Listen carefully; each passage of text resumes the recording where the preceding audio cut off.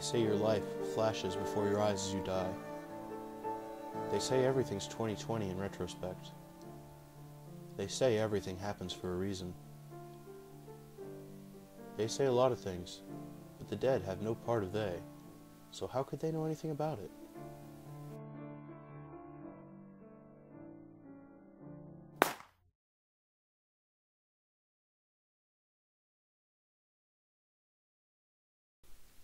That bit about your life flashing before your eyes, that's all crap.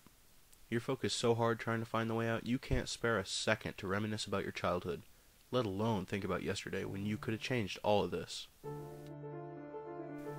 As for 20/20 vision, well, there's some truth in that. You definitely see things more clearly. You get a chance to really look at the choices you've made, the right ones and the wrong ones. I mean, it's not like you've got a meeting in 10 minutes, is it? No, you've got nothing to do and forever to do it. So you analyze the shit out of what you did while you had the chance. You search for that one point in time when you could have said no, when you could have changed all of this.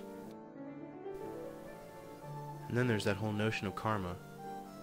I never gave that a second thought for so many years. Well, now, I just don't know. Did the disciples deserve their fate? Did I deserve to end this way? Did she? The first time I saw the brothers was probably December of my senior year of high school. Oh, that's an approximation. The brothers were like ghosts, floating quietly in and out of people's lives, never making a sound and never fitting in. They were as much myth as reality. Everyone had a different origin story they dreamed up for them, but no one ever had any proof to back it up. All we knew is that they arrived together and they stuck together. As far as we were concerned, that made them brothers, though that was as false as anything else. It was their mysterious silence and their humorously paired names, James and John, that made them the disciples. As I said earlier, the disciples liked to keep to themselves, and this was true for, well, most of the time they were here. They never spoke to another soul so far as I ever saw. But then one day she joined them. At first I couldn't believe it. Anna had grown up here. We had talked, well, rather awkwardly, fairly often. And I had had a crush on her for quite some time. I even thought I had been making some headway. But I must have been wrong. From that first day when the brothers drove up with her in the middle seat of their van, she became a completely new person. And there were no more friendly talks for anyone anymore, let alone me.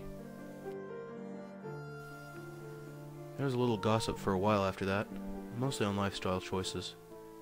2 guys, 1 girl, well, there's going to be some questions.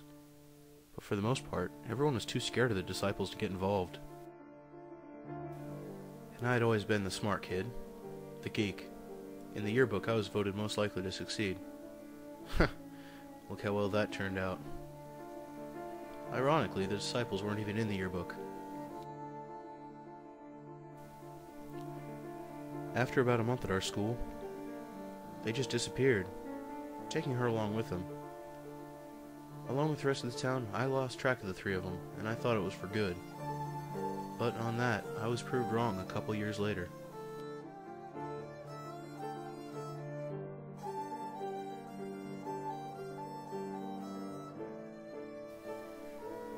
I had thought of the disciples on and off for the last few years, mostly as a byproduct of remembering Anna, but I never expected to see either of them again.